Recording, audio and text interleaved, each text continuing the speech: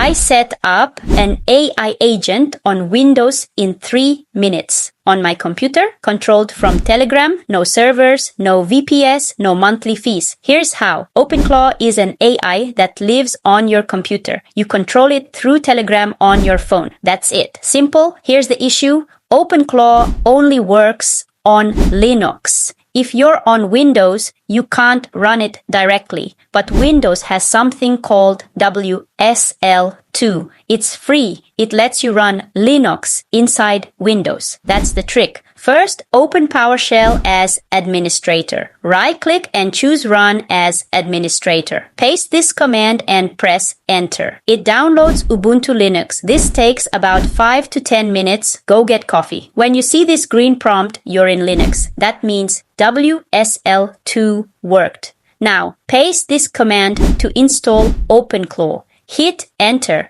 OpenClaw installs automatically. Node.js installs. Everything happens automatically. You'll see a security warning. This is normal. Type yes to continue. The setup wizard asks you questions. Just answer them. Takes 2 minutes. Question 1. Choose quick start mode. Question 2. Pick your AI. Google Gemini is the best option. It's free. Question 3. Go to makersuite.google.com.